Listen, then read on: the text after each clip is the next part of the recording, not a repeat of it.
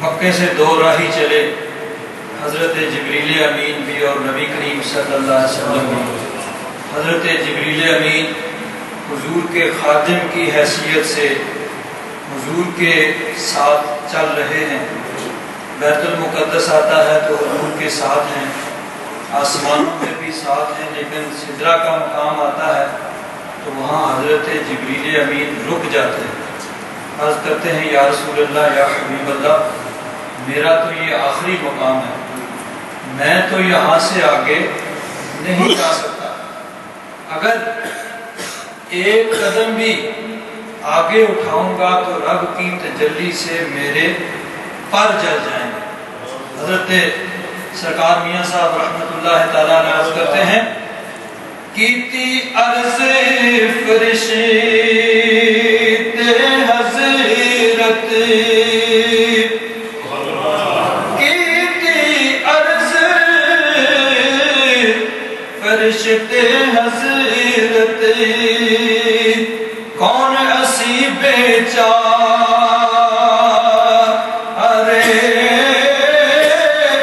جے ایک قدم اگے او پر جل جاندے میرے۔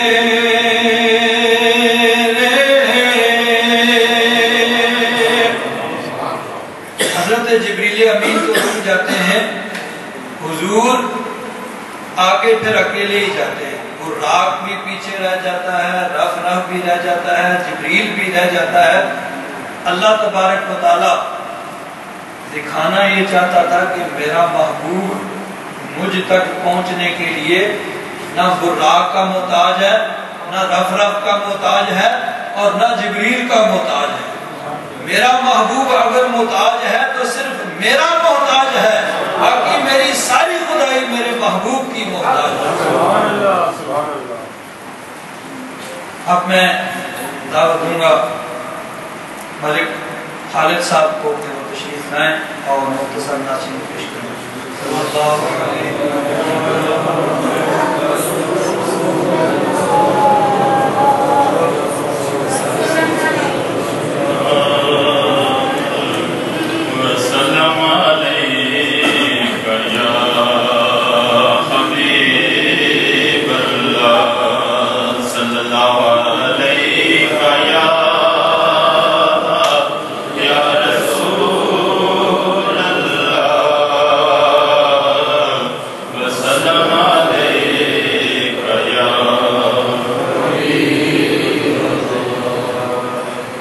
کملی والے دے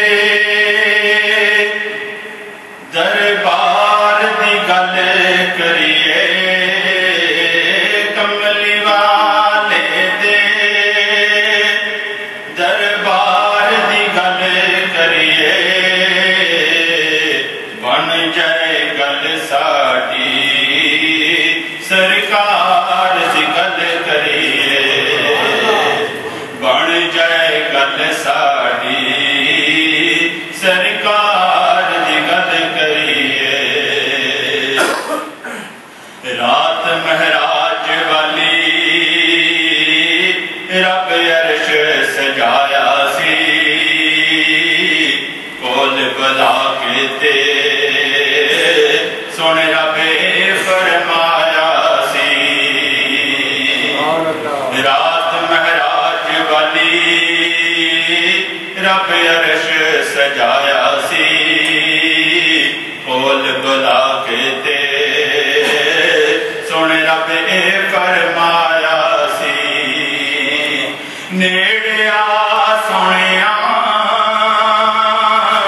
نیڑے آ سونیا، اج پیار دی گل کریے، نیڑے آ سونیا، اج پیار دی گل کریے، بن جائے گل ساڈی سرکار دی گل کریے۔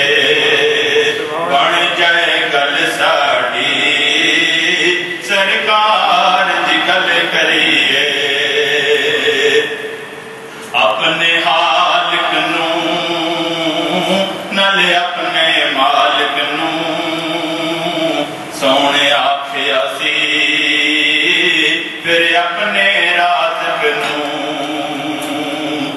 اپنے حالق نو نالے اپنے مالک نو سونے آکھیا سی پھر اپنے رازق نو پہلے ہر گل تو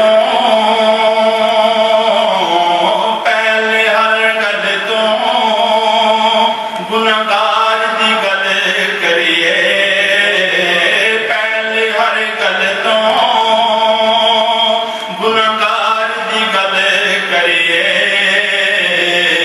بن جائے گل ساڑی سرکار دی گل کریے بن جائے گل ساڑی سرکار دی گل کریے اس جہان اندر پاویں اس جہان اندر گلاں ہون جدیاں سارے قرآن اندر اس جہان اندر پاویں اس جہان اندر گلاں ہون جدیاں سارے قرآن اندر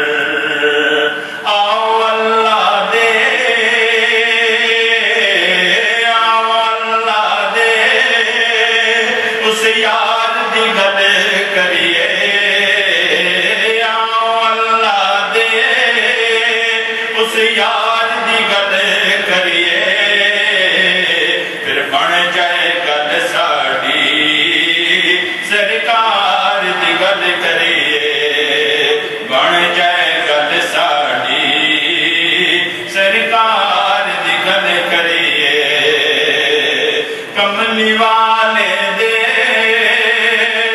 دربار دی گل کریے کملی والے دے دربار دی گل کریے بن جائے گل ساڑی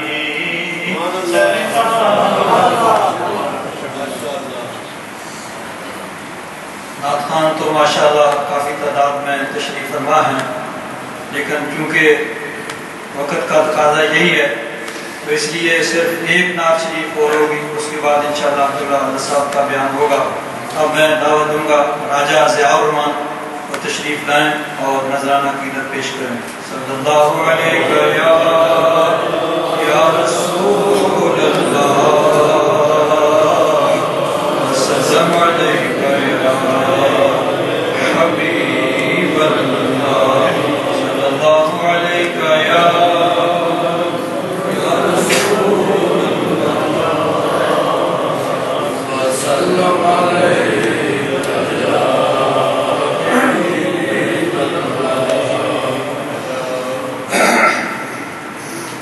صلی اللہ علیہ یا رسول اللہ وسلم علیہ یا حبیب اللہ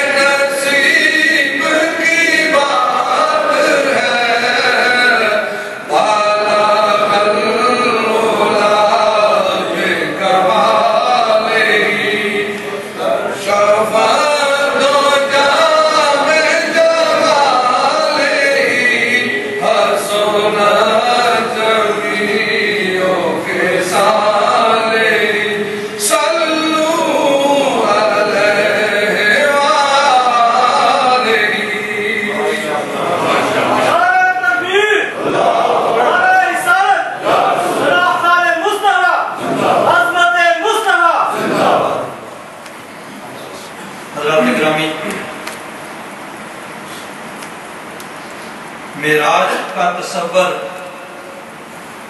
دیگر ادیان کے اندر بھی موجود ہے، عیسائیت کے اندر بھی یہ تصور موجود ہے۔ جس طرح دیکھیے یہاں کے عیسائی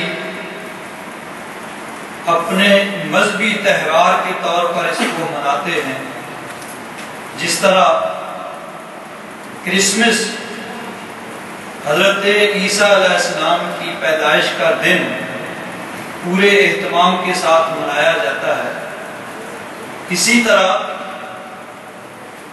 ان کے عقیدے کے مطابق حضرت عیسیٰ علیہ السلام کو معراج کرایا گیا۔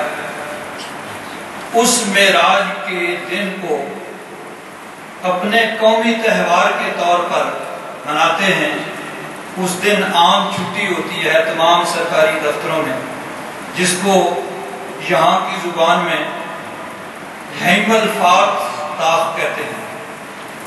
ہیم الفاطس آسمانوں کا سفر جو وہ کس طرح تھا یا اس کی تفصیلات کیا ہیں یا اس کی حقیقت کیا ہے، اس سے بحث نہیں۔ یہ ہے کہ پہلے مذاہب کے اندر بھی یہ تصور موجود تھا۔ اللہ تبارک و تعالیٰ نے اپنے محبوب کو معراج سے مشرف فرمایا تو نبی کریم صلی اللہ علیہ وسلم کے غلام اس معراج کے یاد کو مناتے ہیں، اپنے آقا کی اس عظیم معجزہ کی یاد کو مناتے ہیں، اس کا تذکرہ ہوتا ہے، نبی کریم صلی اللہ علیہ وسلم کی محبت اور عظمت کی باتیں ہوتی ہیں، اور اپنے ایمانوں کو جلا بخشی جاتی ہے اور ایمان کو تازگی بخشی جاتی ہے۔ تو اب میں گزارش کرنے والا ہوں فخر المشائخ، زبدۃ المشائخ، پیر طریقت رہبر شریعت حضرت علامہ صاحبزادہ غلام بشیر صاحب سے کہ وہ اپنے خطاب سے ہم سب کو مستفیض فرمائے۔ نعرے کے ساتھ استقبال کیجئے، نعرہ تکبیر، نعرہ رسالت، نعرہ رسالت۔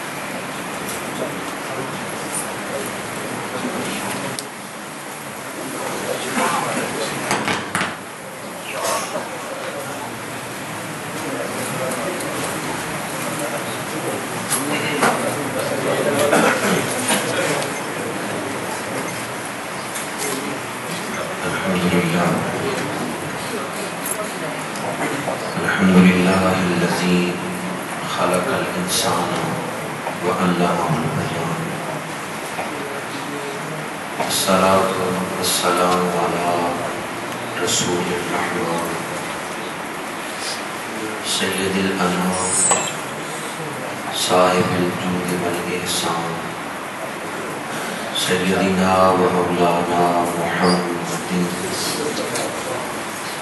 المبعوث بخیر الملل والادیان وعلى آلہ واصحابہ بدور ایمان،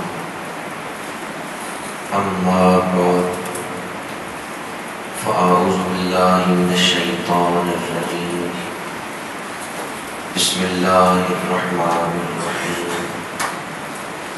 سبحان الذی اسری بعبدہ لیلا من المسجد الحرام إلى المسجد الأقصى الذي باركنا حوله لنريه من آياتنا إنه هو السميع البصير۔ صدق الله مولانا العظيم۔ إن الله وملائكته يصلون على النبي يا أيها الذين آمنوا صلوا عليه وسلموا تسليما۔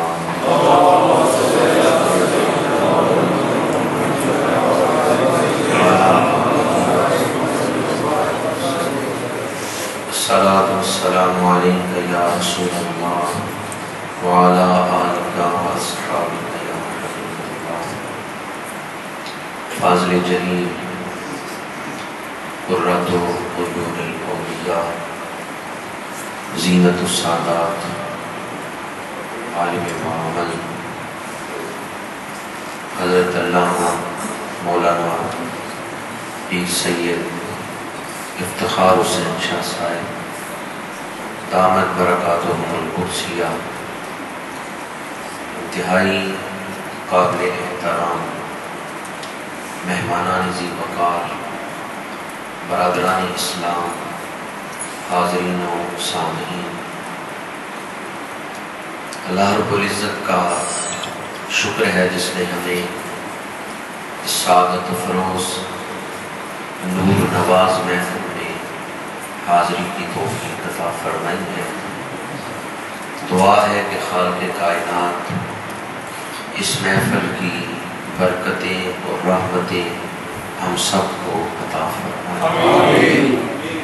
اس طرح کہ حضرت قبلہ شاہ صاحب فرما رہے تھے، آج کی جو رات ہے، آنے والی رات سال کی خاص راتوں میں سے ایک رات ہے۔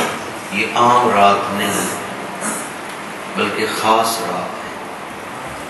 جس طرح اللہ تعالیٰ نے بعض جگہوں کو دوسری جگہوں پر فضیلت دی ہے، مسجد کی جگہ عام جگہوں سے افضل ہے، کعبہ شریف کی جگہ دوسری جگہوں سے افضل ہے، جس طرح اللہ تعالیٰ نے بعض مکانوں کو، بعض جگہوں کو دوسرے مکانات سے افضلیت بخشی ہے، اسی طرح بعض وقت ایسے ہیں، بعض دن اور راتیں ایسی ہیں کہ ان کو سال کے دوسرے اوقات سے اللہ نے زیادہ فضیلت عطا فرمائی۔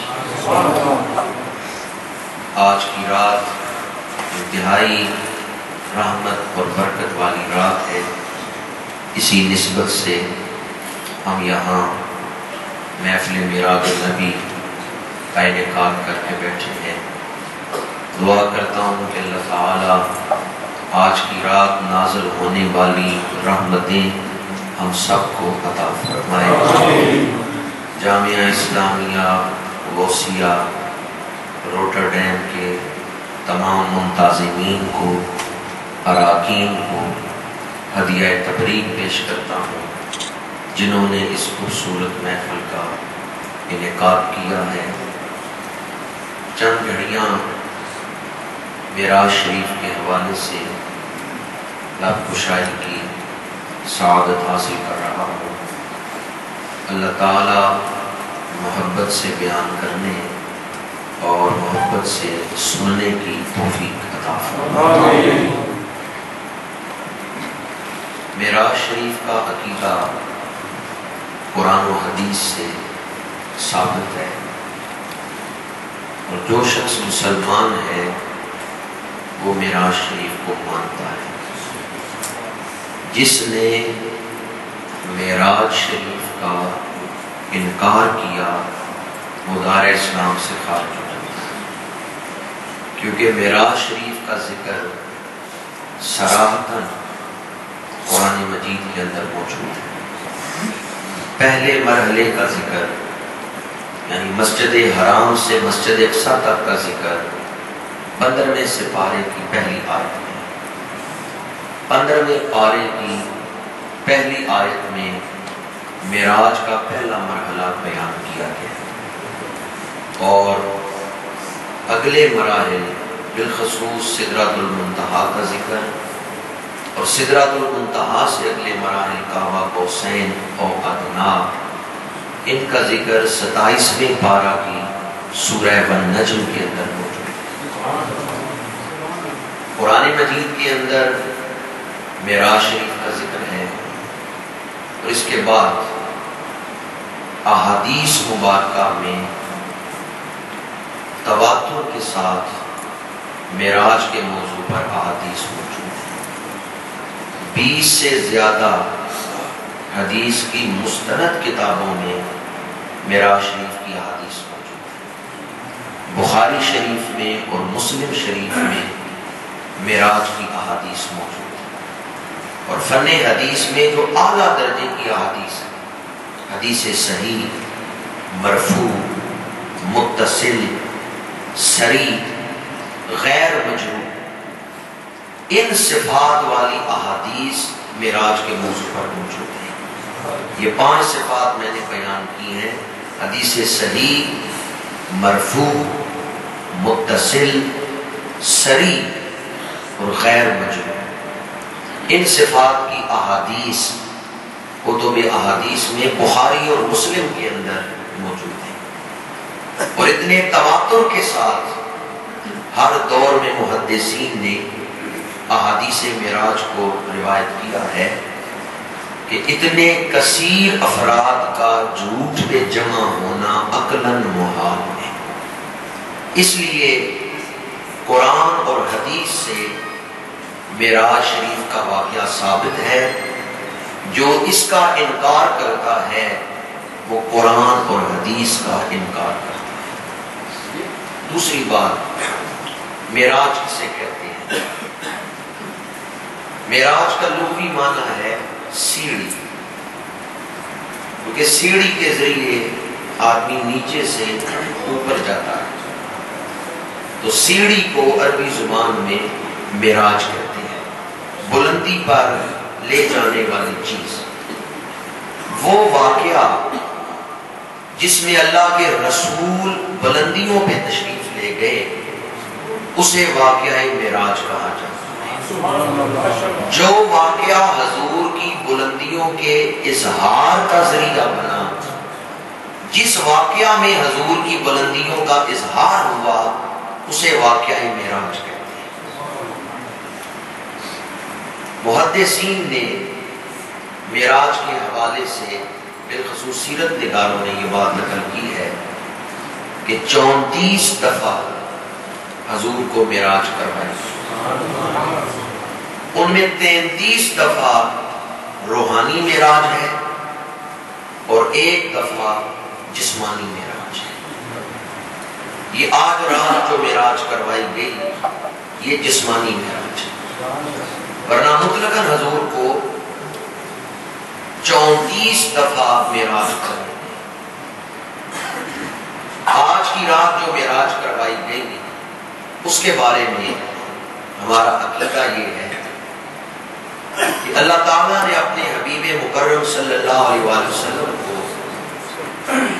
بیداری کے عالم میں جسم مبارک کے ساتھ مسجد حرام سے مسجد اقصیٰ تک، مسجد اقصیٰ سے سدرۃ المنتہا تک، اور سدرۃ المنتہا سے لامکان تک سیر کروائی، اور لامکان میں او ادنا کی خلوتوں میں حضور نے اپنے رب کا دیدار فرمایا ہے۔ عقیدہ معراج کو سمجھنے کے لیے 4 باتوں کو یاد رکھنا ضروری ہے۔ پہلی بات یہ کہ معراج بیداری کا واقعہ، یہ خواب کا واقعہ،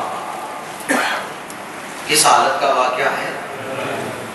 اگر حضور یہ اعلان کرتے کہ میں خواب میں مسجد حرام سے مسجد اقصیٰ گیا ہوں، اگر یہ دعویٰ خواب کا دعویٰ ہوتا تو ابو جہل شور نہ مچاتا۔ اگر آپ میں سے کوئی آدمی یہ دعویٰ کرے کہ کل رات خواب میں امریکہ گیا ہوں اور راتوں رات واپس آ گیا ہوں، تو کوئی انکار کرے گا؟ کوئی شور مچائے گا؟ خواب میں تو آدمی کہیں بھی جا سکتا۔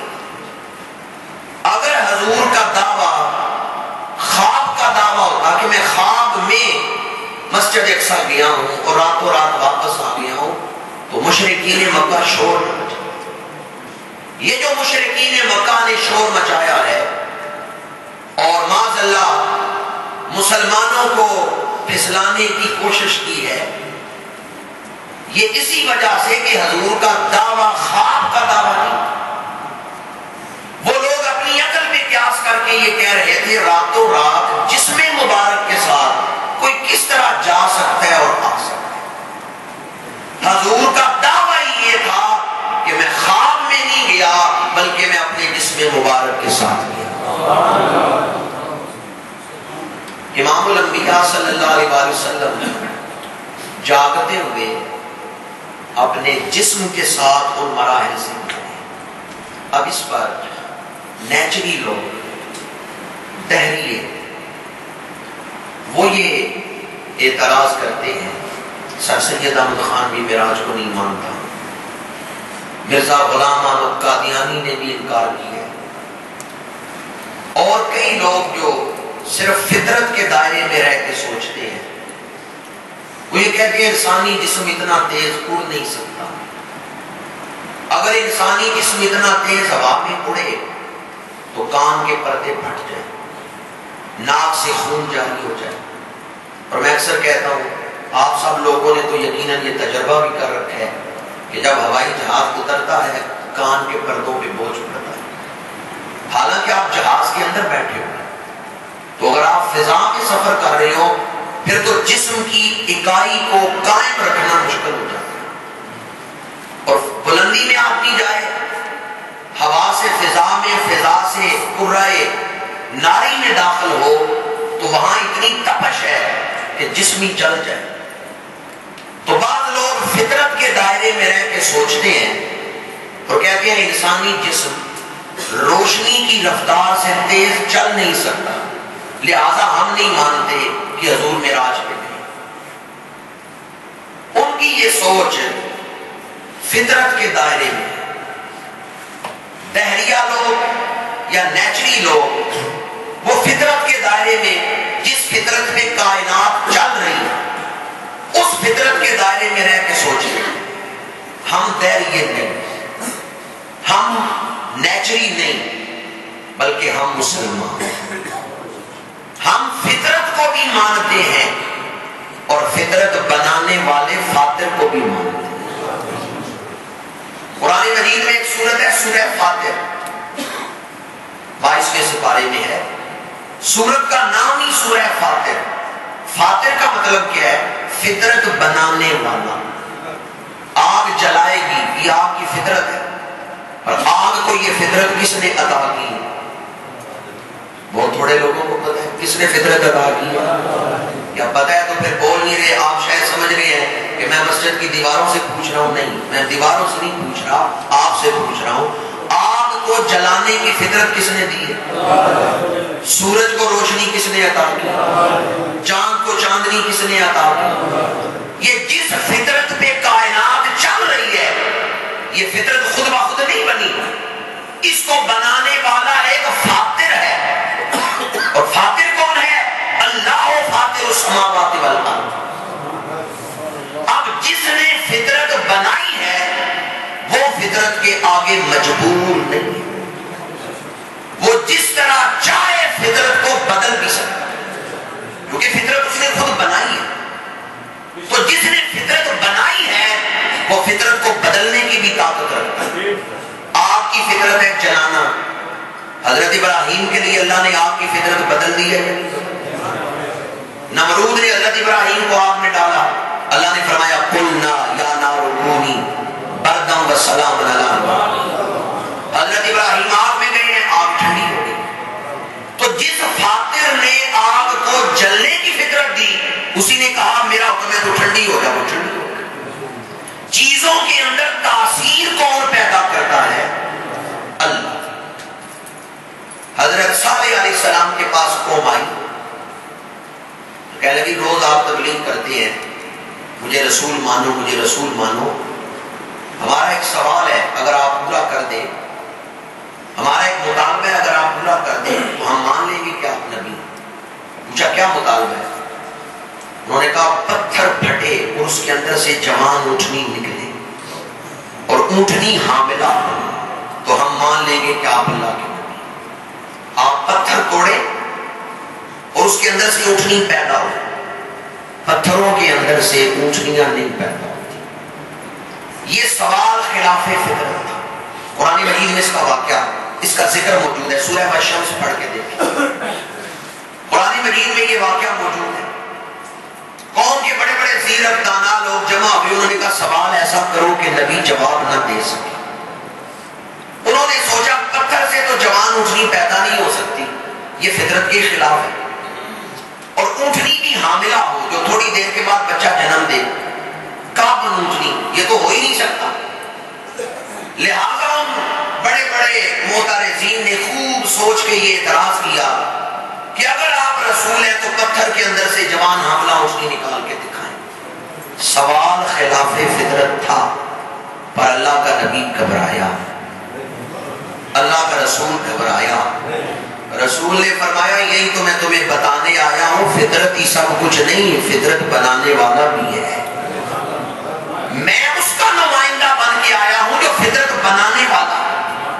حضرت صالح علیہ السلام گھبرائے نہیں، آگے بڑھے، چٹان پہ عصا مارا اور چٹان پہ عصا مارتے ہوئے دعا مانگی، اے مجھے نبی بنا کے بھیجنے والے آج ظاہر کر دے میں تیرا سچا رسول بن کے آیا ہوں. چٹان پھٹی ہے اور جوان حاملہ اونٹنی اندر سے نکل آئی. قرآن مجید نے اس واقعہ کو بیان کیا. سوال خلاف فطرت تھا، پر رسول کیوں نہیں گھبرائے؟ اس لیے کہ رسول نے یہی عقیدہ دیا ہے امت کو، فطرت ہی سب کچھ نہیں، اس فطرت کو بنانے والا ایک فاتر. اس فاتر نے اصول یہ بنایا ہے کہ میاں بیوی کا وجود ملے تو بچہ پیدا ہوتا ہے، لیکن حضرت عیسیٰ بغیر باپ کے پیدا کرتے ہیں. ظاہر کر دیا کہ میں اسباب کا محتاج نہیں، میں ہر شے پہ قادر ہوں، میں جس طرح چاہوں اس طرح کر سکتا ہوں. تو جس رب نے خلیل اللہ کے لیے آگ کی فطرت کو بدل دیا، جس رب نے حضرت صالح علیہ السلام کے لیے پتھر کی فطرت کو بدل دیا، جس رب نے خلیل اللہ کے لیے آگ کی فطرت کو بدلا ہے، معراج کی رات اس نے حبیب اللہ کے لیے زمان و مکان کی فطرت کو بدل دیا.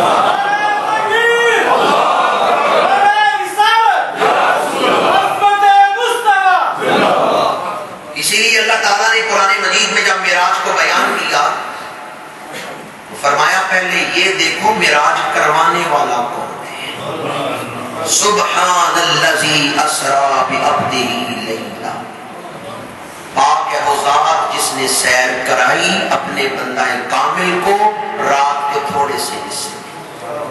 لفظ سبحان سے آیت مبارکہ شروع.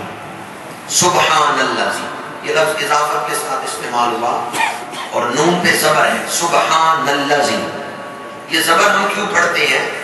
اس لیے کہ یہ مفعول مطلق ہے، اور مفعول ہوتا ہے کسی فعل کا. تو یہاں فعل کون سا ہے جس کا یہ مفعول بن رہا ہے؟ بعض مفسرین نے کہا سبحوا سبحان الذی، اور بعض نے کہا یسبح الملائکۃ سبحان الذی اسری بعبدہ لیلا. جب اس کا فعل معذوف مانے یسبح الملائکۃ تو پھر معنی کیا بنتا ہے؟ معراج کی رات جب اللہ کے رسول معراج کر رہے تھے اور سدرۃ المنتہا سے آگے گزرے تو فرشتوں کی عقلیں چکرا گئی، فرشتے حیران ہو گئے اور مقام تعجب پہ کھڑے ہو کے فرشتوں نے کہا کہ پہلے نبیوں کی معراج تو ہم نے دیکھی کہ حضرت جناب ابراہیم خلیل اللہ کا قدم پتھر پہ ہے، نظر عرش پہ ہے، پر یہ حبیب آج کیسا، کتنی شان والا ہے کہ اس کا قدم عرش پہ ہے، نظر رب عرش پہ ہے. حضور کی شان معراج کو دیکھا تو فرشتوں کی عقلیں چکرا گئی اور حیران ہو کے وہ اللہ کی تسبیح کرنے لگے. سبحان الذی اسری بعبدہ لیلا، پاک ہے وہ ذات جس نے اپنے محبوب کو یہ سیر کروا دی.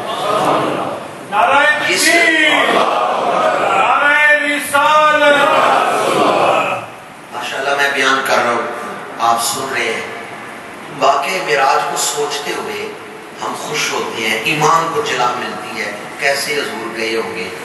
ذرا دل تھام کے بتائیں، ہم سوچیں تو دل کو روحانیت ملتی ہے. جنہوں نے لائیو یہ واقعہ دیکھا ہے ان کی حالت کیا ہے؟ میں ان کا ذکر کر رہا ہوں. یسبح الملائکۃ سبحان الذی اسری. فرشتوں نے تو لائیو دیکھا ہے حضور کو جاتے ہوئے، فرشتوں کی تو ملاقات ہوئی ہے اللہ کے رسول. اس لیے جنہوں نے لائیو یہ واقعہ دیکھا ہے، معراج پاتے ہوئے حضور کو دیکھا ہے، وہ حیران ہو کے پڑھ رہے ہیں سبحان الذی یسری بعبدہ، پاک ہے وہ ذات جس نے سیر کرائی اپنے بندہ کامل کو۔ لفظ سبحان سے آیت مبارکہ سے ہر عیب سے ہر نقص سے وہ ذات پاک ہے۔